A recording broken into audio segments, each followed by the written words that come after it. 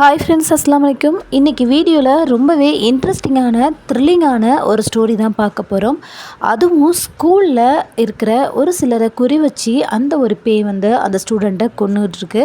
அதுக்கு பின்னாடி இருக்கிற கதை என்ன, அதோடைய சுவாரஸ்யம் என்ன அப்படிங்கிறத போக போக பார்க்கலாம். இந்த படத்தோட ஸ்டார்டிங்கே என்ன காமிக்கிறாங்கன்னா, ஒரு பொண்ணு வந்து ஒரு கிரவுண்டில் நின்றுட்டுருக்கா. ஆப்போசிட் கிரவுண்டு மாதிரி தான் இருக்குது. ஆனால் அது எப்படி இருக்குன்னா, ஸ்கூல் டெஸ்க்லாம் இருக்குது, எரிஞ்சிக்கிட்டு இருக்குது, புகையாக இருக்குது. ஒரு மாதிரி ஸ்கூல் பிள்ளைங்க எல்லாம் வந்து பேய் மாதிரி வந்து அவளை பயமுறுத்துகிறாங்க. 1க்கு 10 பேர் வீதம் நிறைய பேர் வந்து அந்த பொண்ணை பயமுறுத்திட்டே இருக்கிறாங்க. இதனால் அவள் பயந்து போய் டக்குன்னு முழிக்கிறா. பார்த்தா அது கனவாக இருக்குது. அன்னைக்கு தான் அந்த பொண்ணுக்கு ஸ்கூலில் எக்ஸாம் இருக்குது. ஸோ எக்ஸாம் ப்ரிப்பேர் பண்ணிவிட்டு கிளாஸ்க்கு போவோம் அப்படின்னு சொல்லிட்டு போகிறாங்க. அதுக்கப்புறம் ஸ்டாஃப் ரூமில் காட்டுறாங்க. அங்கே முக்கியமான ஸ்டாஃப் யாருன்னு பார்த்தா கிம் அப்படிங்கிறவர் தான் ஒரு முக்கியமான ஸ்டாஃபாக இருக்கிறாரு. கிளாஸ் ரூமில் எல்லாம் அவங்க வேலையை பார்த்துட்ருக்காங்க. எக்ஸாம் ஸ்டார்ட் பண்ணுறதுக்கு முன்னாடி அங்கே இருக்கிற பிள்ளைங்கள்ட்டையும் ஃபோனை வாங்கி எல்லாத்தையும் வச்சிடலாம் எக்ஸாமுக்கு முன்னாடி அப்படின்னு சொல்லிட்டு ஃபோனை வாங்குறாங்க. ஆனால் ஒரே ஒரு ஆள் மட்டும் ஃபோன் தரலன்னு சொல்லிட்டு ஹீரோயின் வந்து போய் கேட்குறா. அடுத்ததான் யாரை காட்டுறாங்கன்னா, ஹீரோவை தான் காட்டுறாங்க. ரொம்பவே ஜாலியான டைப்பாக இருக்கிறாங்க அந்த ஹீரோ. நல்லா என்ஜாய் பண்ணுற மைண்டில் தான் அந்த ஹீரோ இருக்கிறாப்புல. அதே நேரத்தில் கிளாஸில் எக்ஸாம் ஸ்டார்ட் ஆகுது. எல்லோரும் பேப்பர் மாற்றி மாற்றி பாஸ் பண்ணிக்கிட்டு இருக்கிறாங்க. ஹீரோ பார்த்திங்கன்னா காப்பி அடித்து அங்கே இருக்கிற ஸ்டாஃப்கிட்ட மாட்டிக்கிறாரு. கடைசி அந்த ஹீரோவை கொண்டு போய் லாஸ்ட்டாக உட்கார வைக்கிறாங்க. அதே நேரத்தில் இன்னொரு பையனுக்கு அந்த கிளாஸில் யாரோ பேசுகிற மாதிரி கேட்குது. எக்ஸாம் பேப்பரில் திடீர்னு ஒரு ஃபேஸ் வந்து தெரியுது. அது எல்லாத்தையும் பார்த்து அந்த பையன் ரொம்பவே ஷாக் ஆகிடுறான். இது எல்லாத்தையும் யார் கவனிச்சிட்ருக்கானா, அங்கே இருந்த ஸ்டாஃப் கிம் வந்து கவனிச்சிட்டு கிட்டனை வந்து பேப்பர்லாம் வாங்கி பார்க்குறாரு. அது மட்டும் இல்லாமல் உனக்கு என்னாச்சு ஏன் அப்படின்னு சொல்லிட்டு கையையும் வாங்கி பார்க்குறாரு. கையெல்லாம் ஸ்க்ராட்ச் ஆன மாதிரி இருக்குது. அந்த பையன் நான் எதுவுமே பண்ணலை, எனக்கு எதுவுமே தெரியாது அப்படின்னு சொல்கிறான். அடுத்ததாக எல்லா பிள்ளைங்களும் எக்ஸாம் எழுதிக்கிட்டு இருக்காங்க. அந்த ஹீரோ வந்து காப்பி அடித்து மாட்டினார்ல, அவன் வந்து பின்னாடி தான் இருப்பான். அது மட்டும் இல்லாமல் ஒரு சாங்கை வேற போட்டுவிட்டு நல்லாவே மாட்டிக்குவான். அதுக்கப்புறம் பார்த்திங்கன்னா, அவங்க கிளாஸில் இங்கிலீஷ் டீச்சர் கிளாஸ்லாம் எடுத்துகிட்ருப்பாங்க. ஒரு வழியாக கிளாஸ் முடிஞ்சு போகிறப்போ பிடி சார் வந்து அந்த பையனை அடிக்கிறான். நீ தானே கிளாஸில் பாட்டை போட்டு விட்ட அப்படின்னு சொல்லிட்டு. அதுக்கப்புறம் ஸ்டாஃப்ஸ் எல்லாருமே கூட்டம் அமைச்சு அந்த பிரின்ஸிபல் என்ன செய்கிறாங்க அப்படின்னா மீட்டிங் போடுறாங்க. ஒரு வழியாக எக்ஸாம் முடிஞ்சிருச்சு. ஸ்கூலில் 10 டேஸ் லீவ் இருக்குது. இந்த 10 நாளில் டாப் லிஸ்ட்டில் இருக்கிற ஸ்டூடெண்ட்ஸ்க்கு மட்டும் ஸ்பெஷல் கிளாஸ் வைக்கணும் அப்படின்னு சொல்லிட்டு அந்த இங்கிலீஷ் டீச்சர்டையும் இன்சார்ஜ் பண்ணுறாங்க. முக்கியமாக ஸ்டாஃப் கிம்கிட்ட வந்து சொல்கிறாங்க, நீங்கள் தான் இதுக்கு முக்கிய பொறுப்பு. அந்த 10 பேரோட லிஸ்ட்டும் வந்து எனக்கு கொடுங்க அப்படின்னு சொல்லிட்டு அதே மாதிரி லிஸ்ட் அவுட் பண்ணுறாங்க. ஸ்டூடெண்ட்ஸ் எல்லாமே அந்த பேர் எல்லாத்தையுமே வாட்ச் பண்ணிக்கிட்டு இருக்காங்க. ஒவ்வொரு பேராக வந்துக்கிட்டு இருக்குது. இதுக்கிடையில் கிளாஸில் ஒரு பையன் அந்த பேய் ஃபேஸை பார்த்தான்ல, அவனுக்கு ஹீரோயினுக்கு பக்கத்துலேயே ஒரு பேய் ஃபேஸ் தெரியுது. அந்த பொண்ணோட பேரும் அந்த லிஸ்ட்டில் இருக்கிற ஃபஸ்ட் நேமும் ஒரே மாதிரி இருக்குங்கிறத அவன் ஃபீல் பண்ணுறான். அது மட்டும் இல்லாமல் அந்த ஹீரோயினி பேய் மாதிரி தெரியறதுனால அந்த ஹீரோயினியை போய் தாக்குறதுக்கு முற்படுறான். அங்கே அடித்தோன்னே எல்லாருமே வந்து அந்த பையனை கூப்பிட்டு இந்த மாதிரி அவன் வம்பு பண்ணுறான், இவன் என்ன ஆச்சுன்னே தெரில, இவனை சைக்கோ ஹாஸ்பிட்டல்லையாவது சேருங்க அப்படின்னு சொல்லிட்டு அவங்க பேரண்ட்ஸ்க்குமே அதை இன்ஃபார்ம் பண்ணி அதை வந்து விட்டுடுறாங்க. அதுக்கிடையில் பார்த்திங்கன்னா நைட் டைம் ஆகுது. அந்த ஹீரோயினுக்கு ரொம்பவே க்ளோஸான ஒரு ஃப்ரெண்ட் இருக்காங்க. 2 பேரும் போயிட்டு வர்ற டைமில் வாட்ச்மேன் தேடிக்கிட்டு இருக்காரு, சவுண்டு கேட்குதுன்னு. அப்போது அந்த பைத்தியக்கார ஆஸ்பத்திரிக்கு அனுப்பிவிட்ட அந்த பையன் பயந்துக்கிட்டு உட்காந்துருக்கான். அதே நேரத்தில் அவன் ஒரு பொண்ணோட ஃபேஸை இரத்த கொடூரமாக பார்த்துட்ருக்கான். மறுநாள் ஸ்கூலில் அந்த ஃபஸ்ட்டு பெஞ்சில் இருக்கிற அந்த ஒரு பொண்ணை காணோம். நல்லா படிக்கிற பொண்ணு மட்டும் இல்லாமல் பணக்கார பொண்ணும் கூட. அப்போ வந்து ஸ்டாஃப் எங்கே அப்படின்னு சொல்லி கேட்குறாங்க. அந்த பொண்ணை காணோம். சரின்னு சொல்லிட்டு அங்கே இருக்கிற ஸ்டூடெண்ட்ஸ் எல்லாட்டையுமே இருக்கிற அந்த ஃபோனெல்லாம் வாங்கிட்டு கிளாஸ் லீடராக இருக்கிற ஒரு பையன் என்ன செய்கிறான் அப்படின்னா, கிளாஸ்லேருந்து கீழே கொண்டு போய் கொடுக்குறதுக்காக கிளம்பி போயிட்டுருக்கான். சாரும் அந்த பொண்ணை பற்றி கேட்டுட்டு விசாரிச்சுட்டு சரி வாங்க நம்ம வந்து ஸ்டார்ட் பண்ணுவோம் அப்படின்னு சொல்லிட்டு அவர் வேலையை ஆரம்பிக்கிறாரு. அந்த பையன் மெதுவாக கீழே இறங்கி வந்துட்டுருக்க நேரம் திடீர்னு ஏதோ ஒரு சவுண்டு ரெஸ்ட் ரூமில் கேட்டுட்ருக்கு. அதை அந்த பையன் வாட்ச் பண்ணுறான். என்ன தான் இது சவுண்டுன்னு தெரியலையேன்னு சொல்லிட்டு அவனுக்குள்ளே ஒரு பயம் உருவாகுது. திடீர்னு பார்த்தா அவனை ரெஸ்ட் ரூம்லேருந்து ஒரு கயிறு கட்டி அந்த பையனோட கால்லேருந்து பிடிச்சி இழுத்துட்ருக்கான். அவன் மண்டையில் அடிபட்டு ரத்தம் வருது. ஃபோனாவது எடுத்து யார்ட்டையும் சொல்ல முடியுமான்னு ட்ரை பண்ணுறான் அந்த பையன். ஆனால் முடியலை. அந்த பையனை இழுத்துட்டு போய் மேலே இருக்கிற ஹோல் வழியாக அது மேலே போயிடுறான் அவன். அதுக்கப்புறமா கிளாஸில் இங்கிலீஷ் டீச்சர் பாடம் நடத்திட்டுருக்காங்க. திடீர்னு ஒரு ஸ்க்ரீனை வந்து போட்டுடுறாங்க. அந்த ஸ்க்ரீனில் பார்த்தோன்னே எல்லா ஸ்டூடெண்ட்டும் ஷாக் ஆகுறாங்க. ஏன்னா அந்த கிளாஸ் டாப் பொண்ணு ஒரு கண்ணாடி கிளாஸ்க்குள்ளே இருக்கிறா. அவள்கிட்ட நிறையா ஈக்குவேஷன் ஃபார்முலாலாம் இருக்குது. அந்த ஸ்க்ரீன்லேருந்து ஒரு சவுண்டு வருது. இதில் இருக்கிற ஃபார்முலா எல்லாருமே யார் ஒழுங்காக கிளியர் பண்ணுறீங்களோ அப்போ தான் இந்த பொண்ணை நாங்கள் வெளியில் விடுவோம். அதுக்கிடையில் யாருமே வெளில போக நினைக்கவே கூடாது அப்படின்னு சொல்லிட்டு, ஒருவேளை உங்களால் இந்த ஃபார்முலா கிளியர் பண்ண முடியலன்னா இந்த பொண்ணை இறந்துருவா, சாவடிச்சிருவோம் அப்படிங்கிற மாதிரி வாய்ஸ்லாம் வருது. உடனே ஸ்டாஃப்ஸ் எல்லாமே அங்கே இருக்கிற ஸ்டூடெண்ட்ஸ் வரையுமே ரொம்பவே பயந்து போய் ஷாக் ஆகுறாங்க. இதுக்கிடையில் நம்ம மெயினான ஸ்டாஃப் கிம் இருக்கார்ல, அவர்கிட்ட ஓடி போய் ஒரு ஸ்டூடெண்ட்டு இந்த மாதிரி விஷயத்த இன்ஃபார்ம் பண்ணுது. அதையும் எல்லாருமே பார்த்து ரொம்பவே வாட்ச் பண்ணுறாங்க. இன்னொரு விஷயம் என்னென்னா, அங்கே இருக்கிற நெட்வொர்க்கு எதுவுமே வேலை செய்யாமல் போயிட்டுருக்குது. இதை பார்த்தோன்னே அங்கே இருக்கிற மற்ற ஸ்டூடெண்ட் எல்லாம் ரொம்பவே பயந்து போயிட்டு, முக்கியமாக இந்த பாய்ஸ் எல்லாம் நான்லாம் கிளம்புறேன், என்னால் இங்கே இருக்கவே முடியாது, இந்த மாதிரி ஒரு சுச்சுவேஷன் எனக்கு ரொம்பவே பயமாக இருக்குன்னு சொல்லிட்டு கிளம்புறதுக்கு ஸ்டார்ட் பண்ணுறாங்க. ஆனால் அந்த கிம் என்ன சொல்கிறாங்கன்னா, அதெல்லாம் யாருமே போகாதீங்க, போனால் உங்களுக்கு பாதிப்பு வரும், ஏன்னா ஆல்ரெடி ஸ்க்ரீனில் இன்ஃபார்ம் பண்ணிட்டாங்க யார் வெளில போனாலும் உங்களுக்கு பிரச்சனை அப்படின்னு சொல்லிட்டு. ஆனால் யாராலையுமே கிளியர் பண்ண முடியல. கிளியர் பண்ணுறதுக்கு முன்னாடி கொஞ்ச நேரத்துலேயே பார்த்தீங்கன்னா அந்த பொண்ணு இருக்கிற கண்ணாடி கிளாஸில் தண்ணி வர ஆரம்பிச்சிருச்சு. தண்ணி வர ஆரம்பித்து அந்த பொண்ணோட கிளாஸ் ஃபுல்லாக நொம்பி போய் அந்த பொண்ணு பார்த்திங்கன்னா இறந்து போயிடுறா. உடனே பிடி சார்லேருந்து கிம் ஸ்டாஃப்லேருந்து ரொம்பவே ஷாக் ஆகி அங்கே இருக்கிற பசங்கள்லாம் கத்த ஆரம்பிச்சிடுறாங்க, உடனே வெளியே போகணும்னு சொல்லிட்டு. சரின்னு பிடி சார் என்ன சொல்கிறாங்கன்னா, நான் ஃபஸ்ட்டு போய் என்ன தான் நடக்குதுன்னு பார்க்குறேன்னு சொல்கிறாங்க. சரி, யாராவது ஒரு ஆள் போனால் தான் வெளில என்ன நடக்குதுன்னு தெரியும்னு சொல்லிட்டு கிம்மும் உடனே அக்செப்ட் பண்ணுறாரு. வெளியில் போயிட்டு கொஞ்ச நேரத்துலேயே, அந்த பிடி சார் போன கொஞ்ச நேரத்துலேயே திடீர்னு ஒரு சவுண்ட்லாம் வருது, பசங்க எல்லாம் வெளில போகிறாங்க, எனக்கு பயமாக இருக்குது விடுங்கன்னு சொல்லிட்டு. ஆனால் அந்த கிம் வந்து விடவே இல்லை. இருந்தாலும் வாட்ச்மேன் வந்து தடுக்கிறாரு. எல்லாத்தையும் மீறி பசங்கள்லாம் வெளில போகிறாங்க. பார்த்தா அந்த பிடி சார் அடிபட்டு ரத்த கலரியாக நின்றுட்டுருக்கிறத பார்த்து அங்கே இருக்கிற ஸ்டூடெண்ட்ஸ் எல்லாமே ரொம்பவே பயந்து போயிடுறாங்க. அந்த இடத்துல திடீர்னு ஒரு சவுண்டு வருது. அதாவது அந்த ஸ்க்ரீன்லேருந்து தான் வந்துகிட்ருக்கு. என்னென்னா, இப்போ நடந்ததை எல்லோரும் கவனிச்சிங்களா? இப்போ நான் லாஸ்ட்டாக ஒரு கொஸ்டின் கேட்க போகிறேன், இதுக்கு கண்டிப்பாக நீங்கள் ஆன்சர் பண்ணியே ஆகணும், யாரும் இந்த இடத்த விட்டு போகக்கூடாது அப்படின்னு சொல்லி ஒரு சவுண்டு வருது. அந்த டைமில் பார்த்தீங்கன்னா ஆல்ரெடி அந்த ஸ்கூல் லீடர் ஒருத்தன் வந்து போயிருப்பான்ல, அவனை கூட பாத்ரூம் வந்து இழுத்து போயிருக்குமே. அப்போது அவன்கிட்ட ஒரு மைக்கில் தனியாக அவன்கிட்ட கொஸ்டின்லாம் கேட்குறாங்க, நீ யார் அப்படின்னு சொல்லி கேட்கும்போது அந்த பையன் சொல்கிறான், சாரி எங்கள் அம்மா ஒரு தப்பு பண்ணிட்டாங்க, என்னை மன்னிச்சிருங்க அப்படின்னு சொல்லிட்டு அவன்லாம் பேச ஆரம்பிக்கிறான். சுயநலம் அப்படிங்கிற மாதிரி வார்த்தையெல்லாம் சொல்கிறான். உடனே இந்த சுயநலங்கிற வார்த்தையை கேள்விப்பட்டோடனே ஸ்க்ரீனில் இதுக்கான ஒரு வேர்டு இருக்குது, ஸ்டேடியத்தில் இருக்குது, நீங்கள் எல்லோரும் போய் கண்டுபிடிங்க அப்படின்னு சொல்லி அந்த ஸ்டேடியத்துக்கு அனுப்புகிறாங்க. அதே நேரத்தில் அந்த பையன் மேலே மெழுகாக ஊற்றி அவனை கொலை பண்ணுற மாதிரி ஒரு செட்டிங்கும் பண்ணியிருக்குது. சரி, அந்த பையனை காப்பாற்றுவோங்கிற எண்ணத்தில் ஸ்டேடியத்தில் போய் வேகமாக அந்த சுயநலத்துக்கு ஈக்குவலாக என்ன வேர்டு இருக்குது அப்படின்னு சொல்லிட்டு அவசரமாக எல்லோரும் போய் கண்டுபிடிச்சிட்டு இருக்காங்க. ஆனால் அந்த பையன் மேலேருந்து கீழே வந்து தொப்புன்னு விழுறான், இறந்து போய். இதை பார்த்துட்டு அவங்க ஃப்ரெண்ட்ஸ் எல்லாமே ரொம்பவே அழுவ ஆரம்பிச்சிடுறாங்க.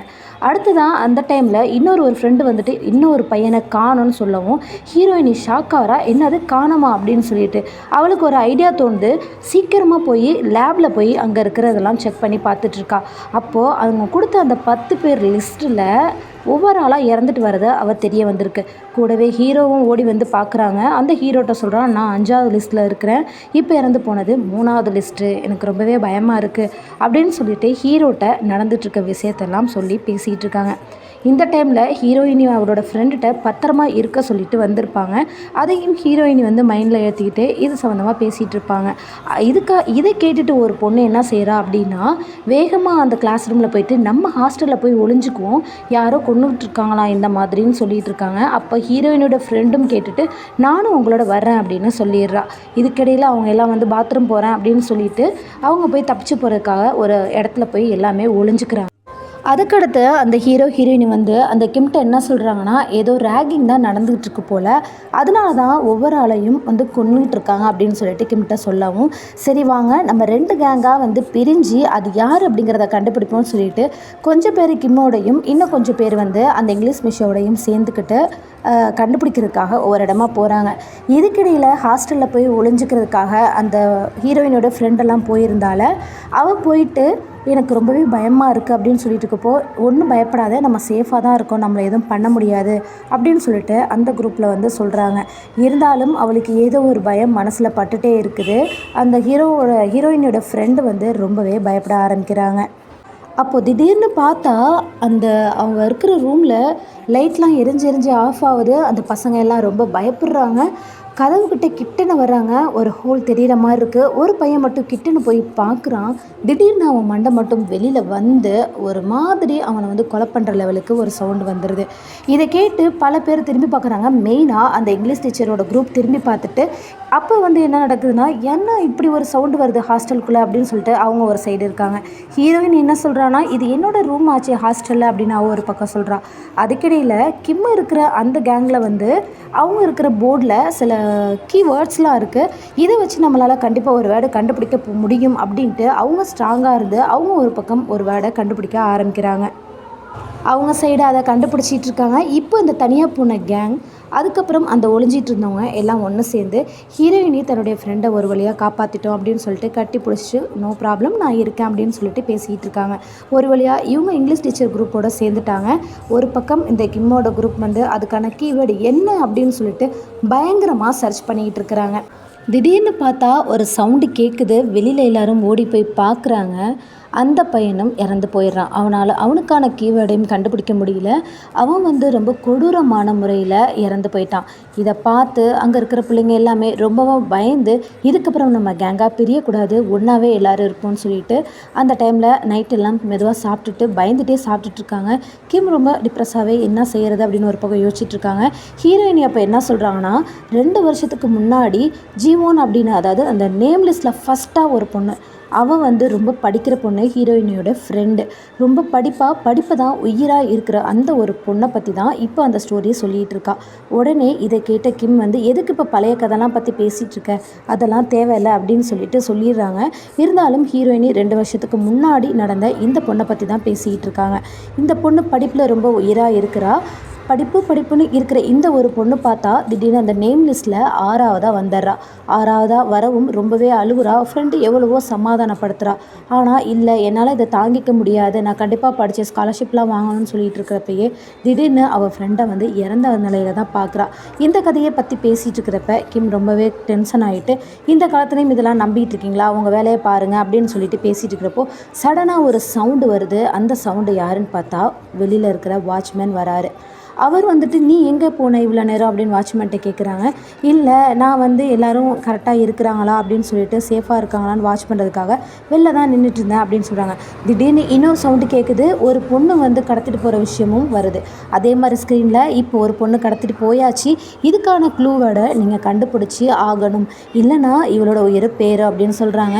இதுக்கு மேலே கிம்முக்கு தாங்கவே முடியல. பயங்கரமான கோவத்தோட கையில் என்னத்தை எடுத்து, யாருன்னு இன்றைக்கி நைட்டுக்குள்ளே கண்டுபிடிச்சி என்ன பண்ணுறேன்னு பாருன்னு ஒரு பக்கம் சொல்கிறான். இதுக்கிடையில் ஹீரோயினி அந்த போர்டில் இருக்கிற கீவேர்டெல்லாம் பார்த்து ஒரு வேர்டை வந்து கண்டுபிடிக்கிறா. இதுலேயாவது கண்டிப்பாக வேர்டு இருக்குன்னு சொல்லிட்டு கண்டுபிடிக்கிறதுக்காக படித்து பார்க்குறா. ஒரு வழியாக ஹீரோயினுங்க அதுக்கான கீவேர்டை கண்டுபிடிக்கிறாங்க. அந்த போர்டில் என்ன இருக்குன்னா, என்ன கொலை பண்ணது யாருன்னு தெரியாது, ஆனால் கண்டிப்பாக நான் வந்து பழி வாங்காமல் இருக்க மாட்டேன் அப்படின்னு சொல்லிட்டு. இதுக்கிடையில கிம் ரொம்பவே டென்ஷன் ஆகி யார் தான் அப்படின்னு சொல்லிட்டு டார்ச் எடுத்துகிட்டு கண்டுபிடிக்க போகிறாரு. அப்போது கிம்மோட கன்னத்தில் யாரோ வந்து ஒரு இதை வச்சு கிழிச்ச மாதிரி இருக்குது. அவர் பயந்து போய் பார்க்குறாரு, எங்கேயாவது போய் ஒளிஞ்சிக்கலான்ட்டு ஓடுறாரு. இதுக்கிடையில் அங்கே இருக்கிற இங்கிலீஷ் டீச்சர் என்ன சொல்கிறாங்கன்னா, இது கண்டிப்பாக அந்த ஃபஸ்ட் பிளேஸில் இருந்த 2 வருஷத்துக்கு முன்னாடி நடந்த அந்த ஜீவனோட ஸ்டோரியாக தான் இருக்கும், இந்த ஜீவன் தான் எல்லாத்துக்குமே காரணமாக இருக்கும் அப்படின்னு சொல்லிட்டு அங்கே இருக்கிற ஸ்டூடெண்ட்டை இதை பற்றி பேசி, ஒருவேளை இது உண்மையாக தான் இருக்குமோ அப்படின்னு சொல்கிறாங்க. இதுக்கிடையில் இப்போ 4ஆவதாக கடத்திருக்கிற அந்த பிள்ளையை எப்படியோ காப்பாற்றணும் அப்படின்னு சொல்லிட்டு முயற்சி செஞ்சிட்ருக்காங்க. அதுக்கான கீவேர்டு என்னவா இருக்கும் அப்படின்னும் கண்டுபிடிச்சிட்டு இருக்காங்க.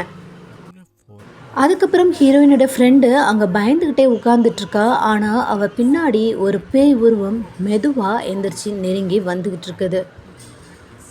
இதே நேரத்தில் இன்னொரு இடத்துல ஹீரோயினி ஒரு ரூம்குள்ளே என்ட்ராவா, என்னடா சவுண்டுன்னு பார்த்தா அங்கே ஒரே லெட்டர்ஸாக இருக்குது. மெதுவாக பின்னாடியாக போய் பார்த்தா இறந்து போன அவளோட ஃப்ரெண்டு ஜியோன் தான் ஒரு இரத்த கலரியான ஒரு இதில் அவளை பார்த்து திரும்பி கையை பிடிக்கிறா.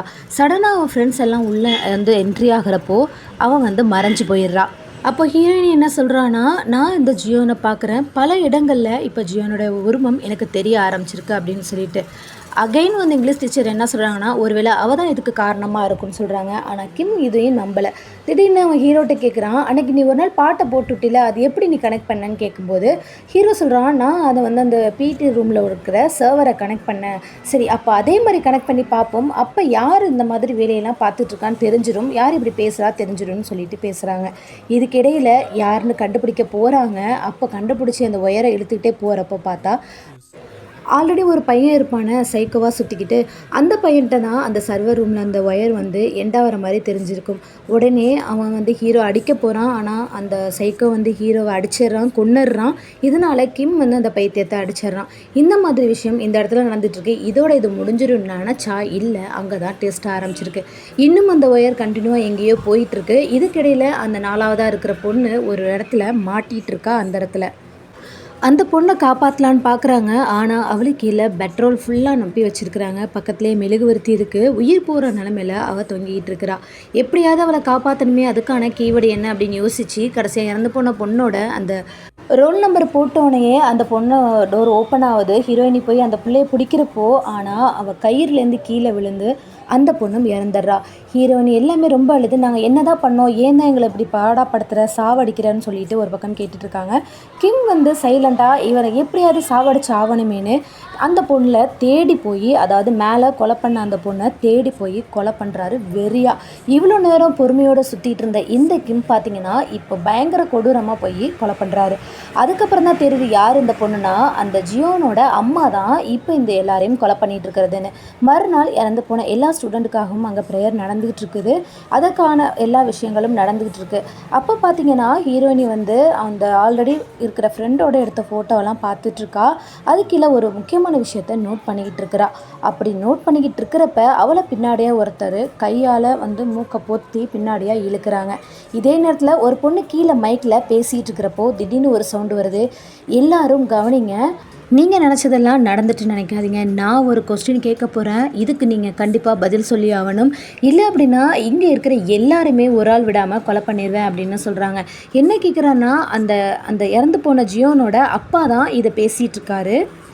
அவர் என்ன சொல்கிறான்னா, இறந்து போன ஜியோனோட அப்பா தான் நான் பேசுகிறேன். எல்லாருக்கும் ரொம்ப ஷாக்காக இருக்குல்ல, ஆனால் இந்த ஜியோனை கொன்னது யாருன்னு எனக்கு தெரியணும். நீங்களே இதுக்குள்ளே இருக்கிற ஆள் ஒத்துக்கோங்க, இல்லைனா வேறு மாதிரி ஆயிரும்னு சொல்லிட்டு இது பண்ணுறாங்க.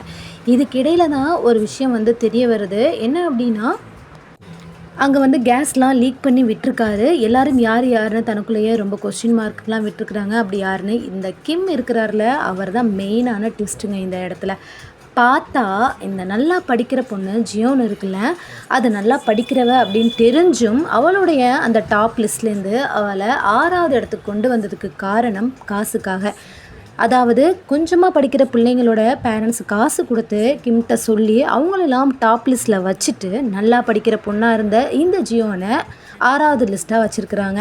இது தெரிஞ்ச அந்த ஜியோன் என்ன செஞ்சுருக்கானா, கிம்கிட்ட போய் பேசுகிறா. ஆனால் கிம் ஒத்துக்கவே இல்லை. இதனால் கடுப்பாகி அந்த ஜியோனை கொலை பண்ணிடுறான் கழுத்தை நெரிச்சு. இதை யார் பார்த்துட்ருக்கானா, அந்த சைக்கோவாக சுற்றிட்டு இருக்கான் பாருங்கள், அந்த பையன்தான் இதை பார்த்துக்கிட்டு இருக்கான்.